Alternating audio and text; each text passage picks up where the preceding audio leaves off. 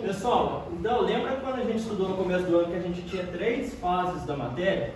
Então, o que diferencia cada fase é o grau de organização das moléculas. As moléculas do estado sólido, elas estão bem organizadas, ou seja, elas estão praticamente paradas ali. Do líquido tem organização, mas não é tanto quanto do sólido, e do gás é uma total desordem. Então, quanto menor a organização das moléculas, mais ela vai tender para o estado gasoso. Então, só que hoje a gente vai estudar o comportamento dos gases. O gás, o que acontece com o gás? O gás ele ocupa o recipiente no que ele está incluído, ou seja, se a gente pegar uma caixa cheia de gás e abrir ele na sala, ele vai se expandir e vai ocupar a sala inteira. Do mesmo jeito, a gente pode contrair ele. Se você pegar o botijão de gás, ele é GLP, gás liquefeito. Por quê? A gente coloca tanto gás lá dentro que ele vira líquido. Então a gente começa a contrair tanto gás que ele vira um líquido lá dentro. O gás, ele exerce pressão.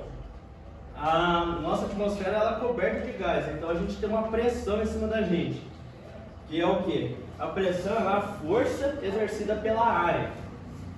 O gás também, ele sofre difusão, ou seja, se a gente soltar ele no ambiente, ele vai se espalhar rapidamente. E o gás tem baixa densidade. Tanto é que se a gente encher um balão de gás, ele vai flutuar. Porque a densidade dele é muito pequena. Então, toda vez que a gente vê aqueles balões com cesto flutuando, é porque o gás está sendo aquecido lá dentro do balão. O gás aquecido ele tem menos densidade do que o gás da atmosfera, então o balão flutua. Vocês já viram aquele experimento que a gente enche um copinho de água, coloca um papel, vira ele e a água não cai?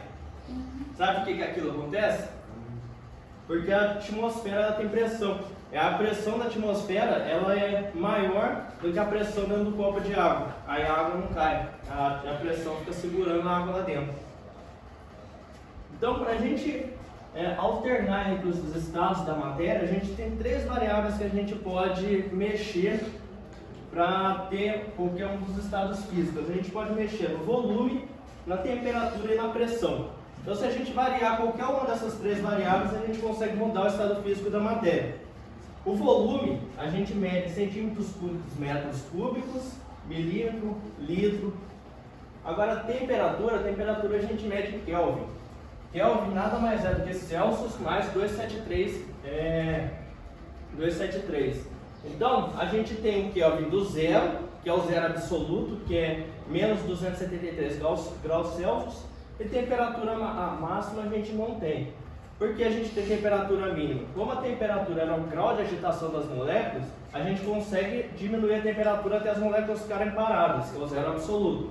Mas a gente não sabe até quando que as moléculas conseguem se agitar, ou seja, a temperatura máxima. Para se ter uma ideia, a gente nunca conseguiu chegar no zero absoluto. Ele é uma medida teórica que a gente nunca conseguiu chegar nem medir.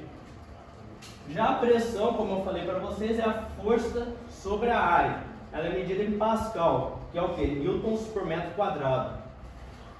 Então, toda vez que a gente vê pressão, ela é força sobre a área. Para vocês terem uma ideia, a água ela exerce tanta pressão que a cada 10 metros que a gente abaixa no fundo do mar, a pressão aumenta em uma atmosfera, ou seja, se a gente estiver 10 metros abaixo do nível do mar, a gente vai ter 2 atmosferas em cima da nossa cabeça. Se a gente tiver 20 metros, 3 atmosferas, e assim por diante. Então, por isso que se a gente se afundar muito no oceano, a pressão vai ser tão grande que vai esmagar a gente lá embaixo. Então, como a atmosfera ela é recoberta por gás, resolveram medir quanto que é essa pressão que a atmosfera exerce sobre a gente. Como que foi feito o experimento? Pegou um tubo, encheu, completou ele totalmente de mercúrio. Tampou a ponta dele, virou ele de cabeça para baixo e mergulhou ele dentro de um recipiente com mercúrio também. Aí na hora que ele estava mergulhado, soltou a boca do tubo, o mercúrio começou a descer, formando um vácuo aqui. Só que chegou uma hora que ele parou de descer. E essa altura que ele parou de descer é 76 centímetros em relação ao nível de mercúrio aqui embaixo. Então, essa é a pressão que a atmosfera exerce, ou seja, o vácuo que foi formando aqui estava empurrando o líquido para baixo. Só que aqui tinha a pressão da atmosfera empurrando o líquido para baixo também. Então ele não conseguia descer. Então a pressão que a atmosfera estava exercendo aqui igualou a pressão do líquido descendo.